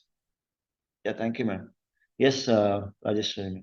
Yeah, any maybe the Kanchan you can No, moderate. that's okay, sir. Yeah, Rajeshwari ji, that's absolutely fine, sir. Yes. Thank you, sir, very much. Thank you, thank you. This is the most interesting topic to everyone. Today's topic. I feel better. But about sun gaze, I read some of the books and some others are saying like that. If we don't have any place to go and stand before the sun in the outside, so we better to put sand in a tub and in your balcony also. Then where you getting the sun, face before the sun and stand on the tub. 10 seconds a day like that. Somebody, some of the books I read. Is it Yeah, true, yeah. sir? So there's nothing to worry, madam. So even if you don't put a sand also, stand on the terrace where barefoot, that should be good enough. Because we are not trying to become like Hiraratan ji. Only take some benefits so you fill the gap of nutrition. So even standing anywhere in barefoot, it should be okay for us for normal practice. So don't worry about the mud. Whenever you get an opportunity going into a ground, that's fine. Otherwise, just get into your terrace, wherever the nearest place you can see the early morning sunrise or evening sunset. That is good enough. Experiment and then see what happens. So I Yes, have sir. sensed that we lose the emotional hunger and also the eyesight problems. Like I used to wear a goggle, and now I am no more wearing it. Right? I In used my to have eyesight. in my experience, a simple experience, when I was got pain in left leg so much, then I went for this sun gaze for 21 days. 21 days. So many doctors tell that that is varicose. Blood circulation is less in that leg like that. They said. So I'm not taking any medicine. So let us see this practice Good. and then I will go for medicine. Then I decided and take some sand on the tub and every day I went to the upstairs and put in I'm the gazing. tub Okay. sun gazing 10 minutes, 10 seconds, 10 seconds I have increased and 21 days I did like that. So my leg pain has gone. So Very that's good. why I believed in that one. I'm not doing regularly, but Yeah. it No, will work. basically, see, we have to understand one thing. Why does our body become ill? Right? Because there is a certain functions that are not working, right, in our Yes, body. yes, And when we give a complete light, a light source which is 7 colors, all the chakras are activated. So all the body parts, because the chakras are driving various functions in the body.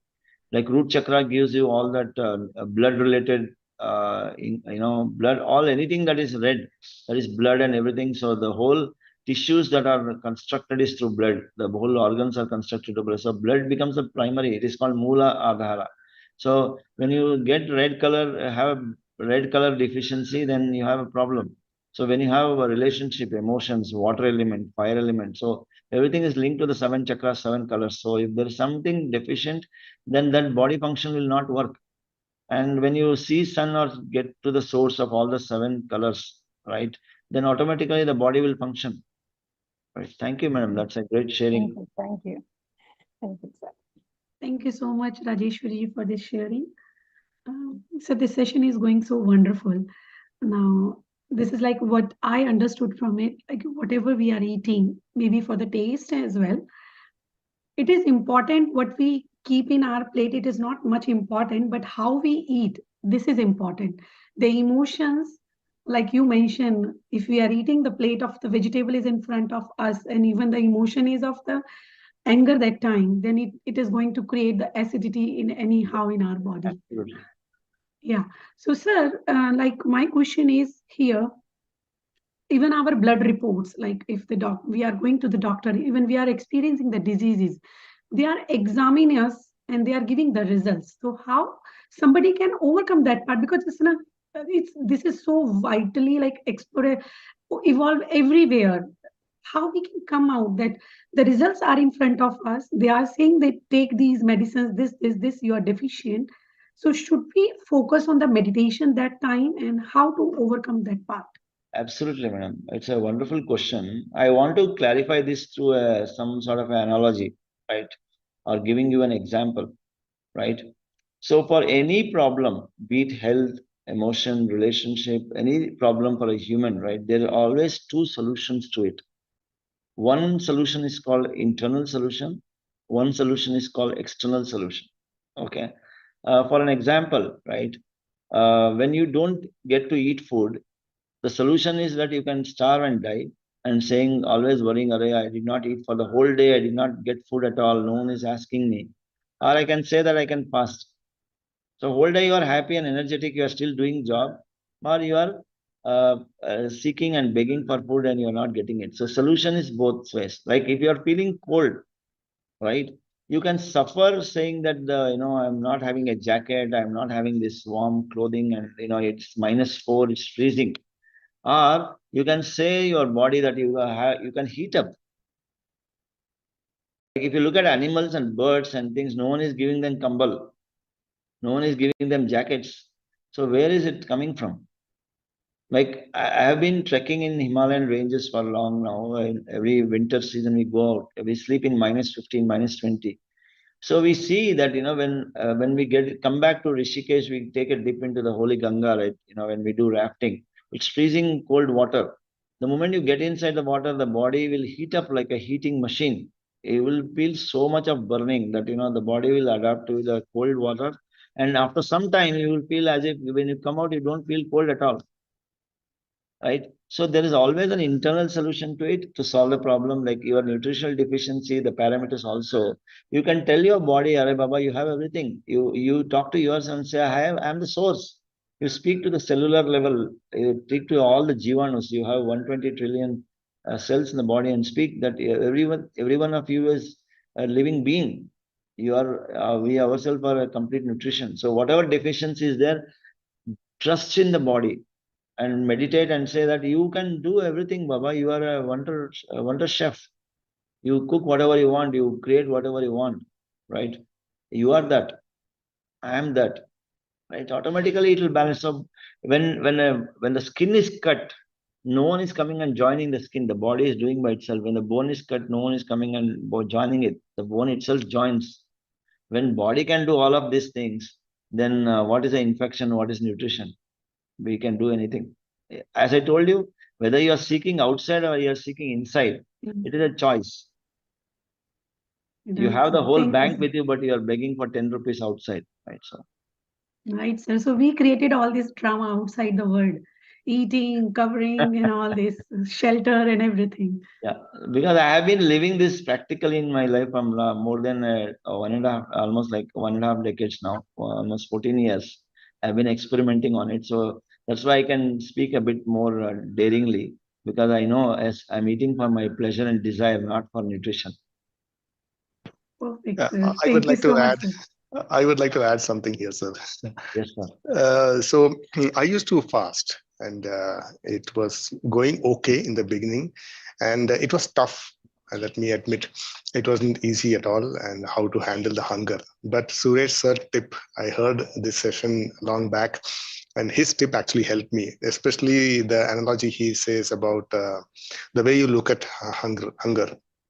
Are you fasting or are you starving? So that tip, I mean, I'm the living testimony. I'm giving a testimony here and an experience, sharing my experience. That tip really incredibly helped me a lot. And I increased my fasting from 12 hours to 24 hours to 48 hours and even a bit beyond. I used to do intermittent fasting. I did for about 3 to 4 months in a stretch, Wow. intermittent, and sometimes only one meal a day. This was last year, actually, from Jan to So how do April you or feel? something. Oh, it was good. It was, I feel more energetic. Initial days, that hunger was there, but then the way we look at things, I felt more energetic. The mind was more clear. So there is a lot of blood that goes to digest the body. So when the food is not there, the blood is, you can actually bring it up to your brain, and you are calm, you're peaceful, and we become more conscious. And that has helped me to actually, meditation helped me to be conscious, but being fasting helped me to have better meditational experiences. Even that happened. Absolutely. Yes, you are absolutely right, sir. So otherwise energy was drifted energy going here and there, yawning all the time. It's energy conservation as well. It's Like energy we conservation, feel, yeah, exactly. We yeah, believe food is for energy, but then the vice that versa is also needs. there. One more experience I want to share is the way we chew food is also very, very important. This is personally what I have seen is when I eat food, I used to just, because we are all time constrained, meeting after meeting, so we used to just grab the food, just fill like a sack. But what is happening here is when the food is not chewed in, there's a lot of energy spent to digest the food. So we feel energy less. So I heard this and from somewhere, and then I started experimenting. I chew food for about 30 to 40 times. Each morsel of food that we take, let's say a paratha, chew it completely. You can try even when you're biting bananas, for that matter. Try with banana. Banana is soft, we know. You don't need to chew much. That's the mentality we have. You just 2-3 bites and then swallow. But try chewing the same banana for about 30, 40 times. They say we have to drink food and bite water, bite liquids. That's what they say. So drink food in the sense, drink your food and chew your liquids. chew your liquids. Correct. We get it. When you bite your food to that 30, 40 times, it's almost turned into liquid. The first level of the digestion is already happened in the mouth.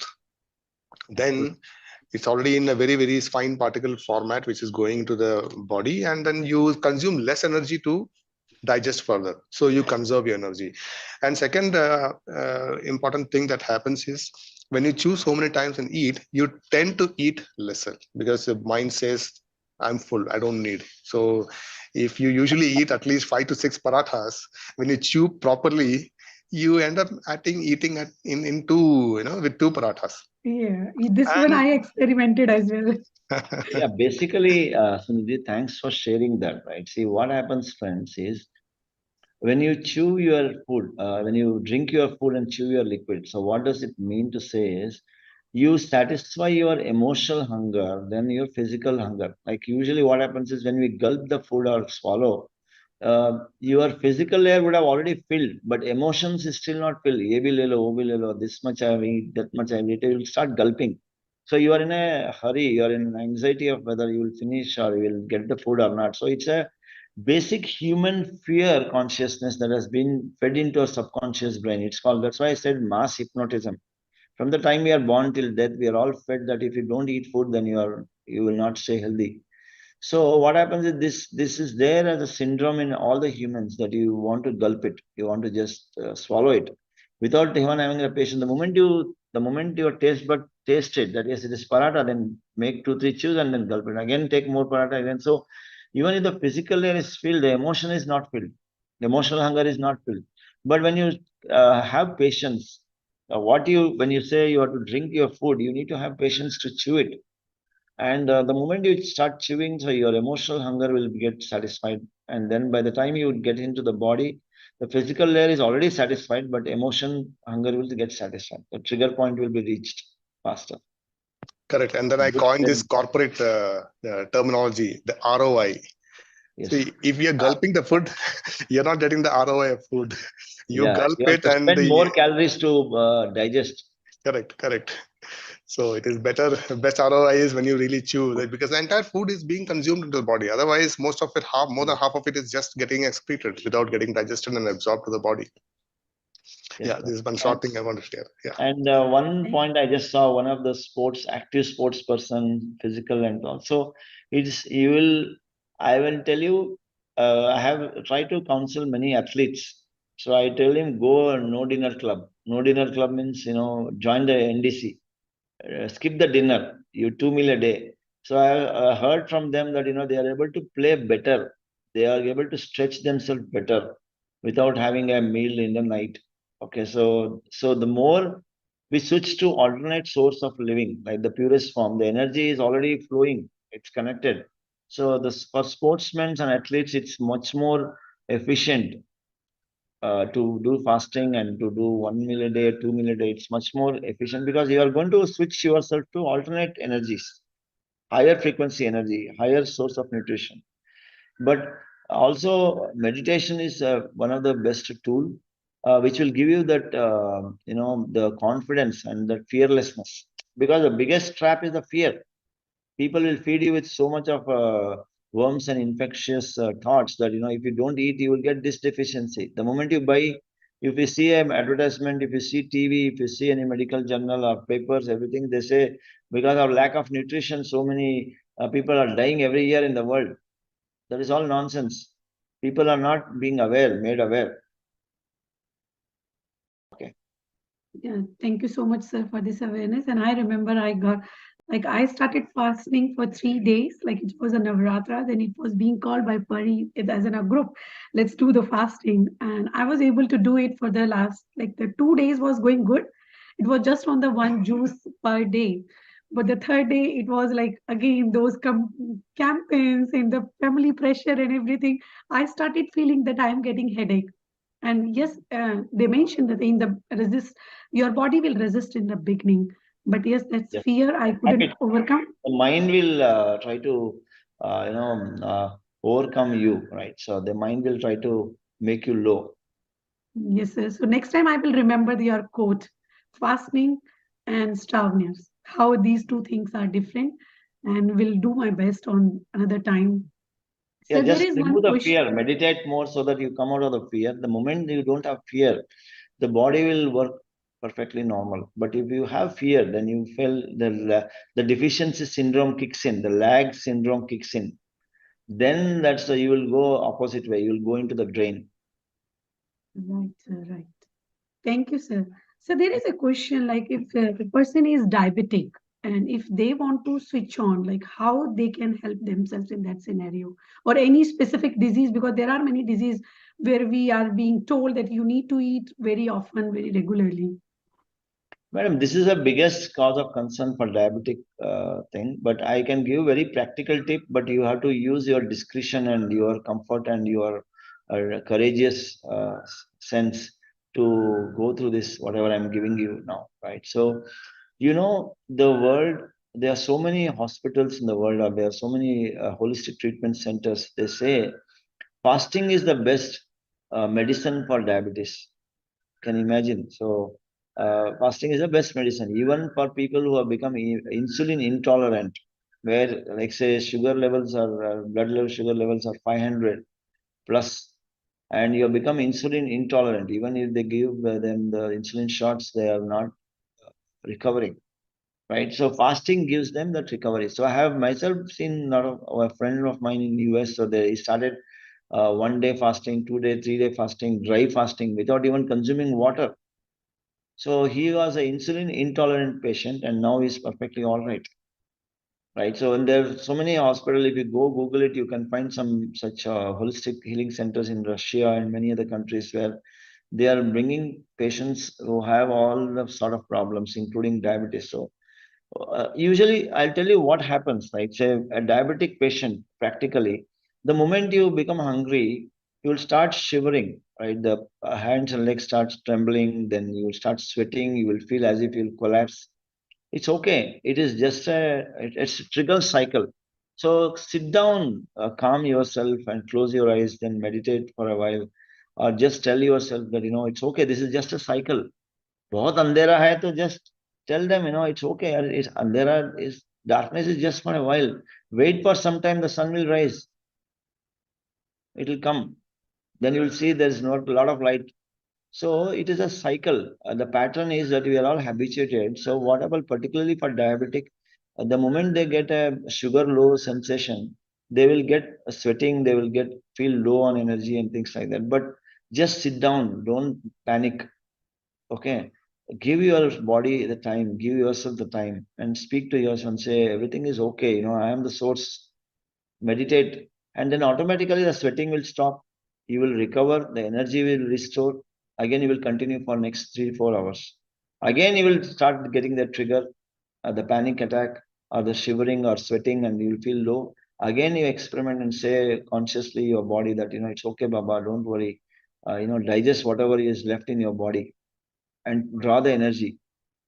Like electricity can be generated from hydel, water, thermal, solar, wind, chemical, magnetic, right? So many ways to get electric current. So what you need is energy. So you have so many methods. We are superhumans, just that we don't know, right? So for diabetic, go one step at a time. Love yourself, love your body, calm yourself, do more meditation. Then you will get that fearlessness. You will get more awareness. Then you can do a lot of adventures on yourself. So Thank you so build much, your sir. own self-confidence for that. Right, sir. Internal solution, outer solution. We need to decide what we Yeah. need. I We am need not to a do. professional doctor, but all this, whatever I'm speaking, is purely out of my own experience. Please have your own discretion on this. Right, sir. Thank you so much, sir. Sir, there is one more question. I think we have answered it. When we refer to our blood reports, we are deficient with iron, B12, D, and so on. What is the reason behind why we see these deficiencies? Yeah, again, I said, right, madam, there are two ways to draw the solution. You take supplements or medicine, that's one way. Then other way is to go within, right? So, and you have nature, like sun gazing is immediate physical external source or best solution externally. Internally is you meditate and you talk to every cell. Every cell is a jivan. Every cell is a living being in itself, and they are the source. And I am the source feeding. Like when a driver enters a car, right? Okay, even if it is a very big truck with hundreds and lakhs of parts, everything will listen to the driver. Isn't take a left turn, the whole mechanics will turn left. If you accelerate, the whole mechanism will go fast. Right? The driver is one which is driving that truck. Okay. If the driver is not there, then there needs 100 people to push the truck. Right. So I am the source of driving this body. The moment I entered into the body, I am the one who is driving it. I am the Jiva Tattva. So you have to realize that, yes, I already have it, but don't go begging outside. So talk to yourself, talk to the cellular system, talk to the universal, the cosmic energy, which is always connected to us. We are wireless beings. Whether the sun is setting or not, you are connected to the sun already. So draw the energy, talk to the sun, talk to yourself as a central part of your body, right? And then all the deficiency will be filled back. Then you say to yourself that I'm a perfect human being, I'm a perfect nutrition and perfect balanced health. It's all a placebo effect. Thank you, sir. Thank you. Yes, we all need to start this practice and we can heal ourselves. We all know, and let's work on this journey. Sir, any like if somebody is taking 5 days a meal, like I can say now nobody 5 meal was a day. aware with this concept. 5 meal in a day. We were not aware with this concept. But if we want to start with this part that we want to go to the breatharian path, what is your advice? How one should start as a beginner on it? Yeah, madam. The best way is to start is to skip one meal. We don't need 3 meals a day at all. If you are eating a breakfast, then you can take a lunch or you can take a dinner. That's it. Right? That is more than sufficient. And as you practice it, you try to switch for a couple of weeks or days. You can switch for 1 meal a day. Experiment it. Become adventurous. Become like meditation gives you all that courage. Right? So keep meditating every day, at least that many minutes as your age minimum, twice a day. So that fills back all the gaps that you have. Right? So then practice 1 meal a day, 2 meal a day, and try to do one fasting once a week, like what Sunilji said. He went into it, he jumped into the water and then he swam and then he experienced that it's so wonderful to swim, right? So get into experimental mode. We are all masters, we are all scientists. So we are humans with humans are the only ones which has scientific temper, right? So try to get out of that dogma, right? 5 meal a day is a disaster. You are not allowing the body to rest at all. Like if all the females of the world are told that you don't have to cook for 3 days, imagine how happy they will feel.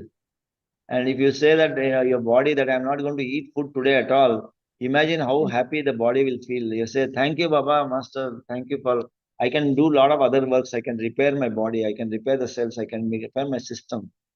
You're giving a lot of time. When we get fever, the body is saying, don't eat, Baba, because you won't get the appetite, you won't get the hunger. You don't feel like eating at all.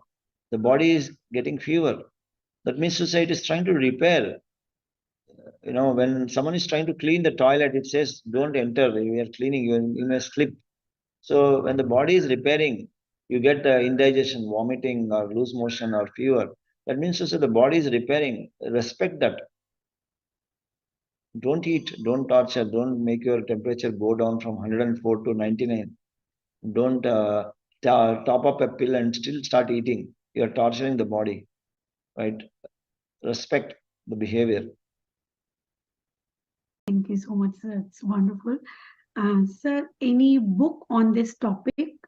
In the chat, it has been requested if you can advise something for the more knowledge.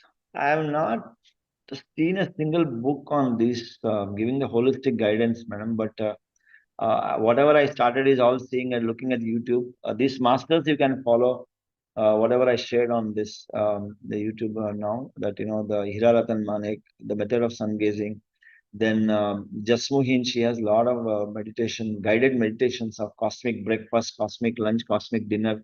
So she'll teach you how to switch to pranic living. Then Akahi and Camilla, you have online courses. You can download the courses, practice by yourself at home. So take a journey, right? So I don't, sorry that I have been practicing it practically. I'm just giving more practical tips, but if I find any books, I will leave it on chat later. But there are so many sources to this, because I try to integrate wisdom of taken from various sources on the internet, and also experimented on myself and giving my part of it, added as a flavor. Yeah.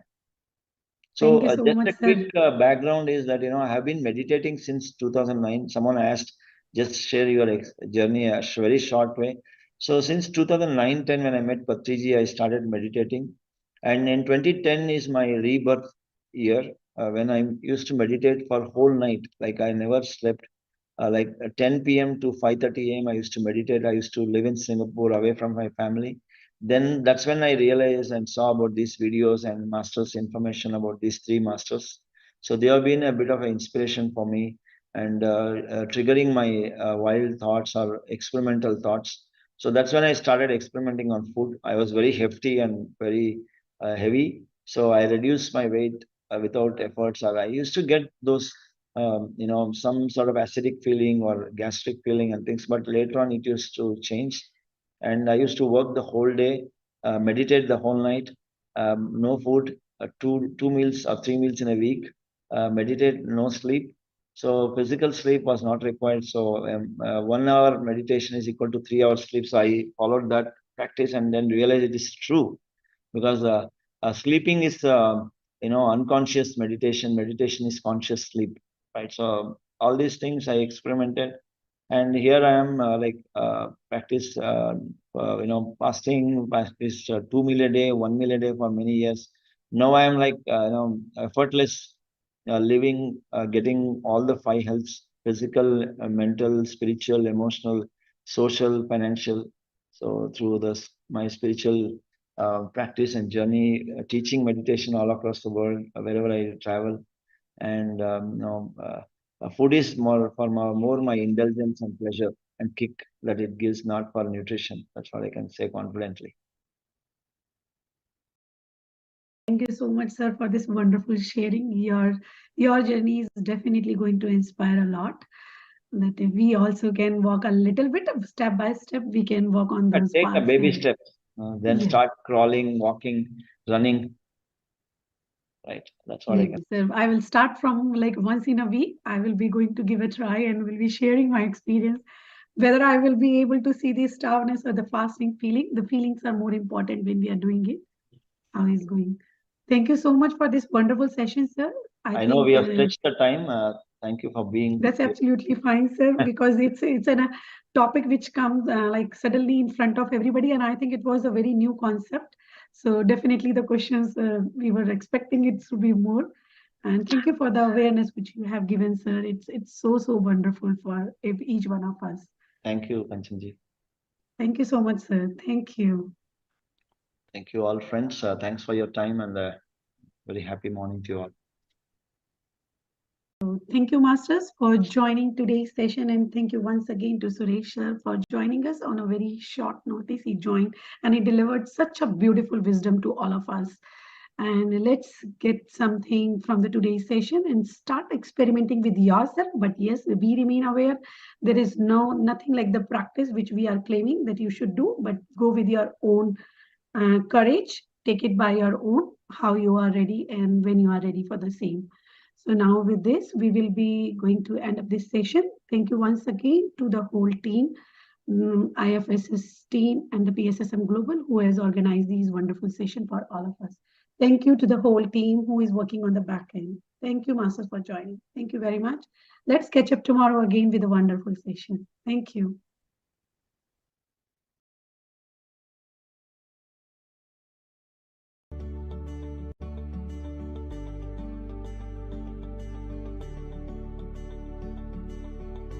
Hmm?